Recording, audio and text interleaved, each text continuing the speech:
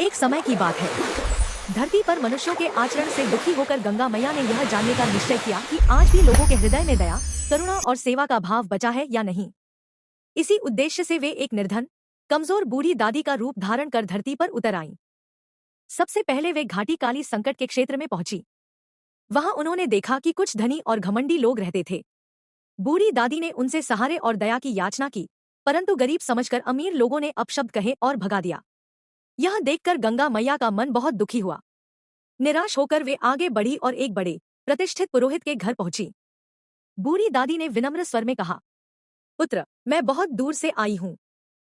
मेरा गला सूख रहा है, कृपा करके थोड़ा जल पिला दो। परंतु पुरोहित ने दया दिखाने के बजाय दादी को दुत्कार कर भगा दिया। यह देखकर गंगा मैया और अधिक दुखी हो गई। उन्हें लगा कि लोग धर्म की बात तो करते हैं, पर धर्म का पालन नहीं करते। अब पूरी तरह निराश होकर वे आगे चल पड़ी। रास्ते में उन्हें एक छोटी सी कुटिया दिखाई दी। अंदर एक गरीब स्त्री शिवलिंग की श्रद्धा से पूजा कर रही थी।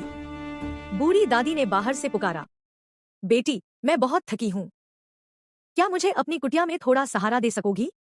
स्त्री ने बिना किसी हिचकिचाहट के दादी को भीतर बुलाया, नीचे चटाई बिछाई और स्नेह से कहा, अम्मा, यह घर आपका है, जब तक चाहें यहाँ विश्राम करें। यह सुनकर बूढ़ी दादी मुस्कुराई और बोली, बेटी, तेरी रक्षा स्वयं गंगा मैया करेगी। तभी अचानक उस स्थान पर दिव्य प्रकाश फैल गया।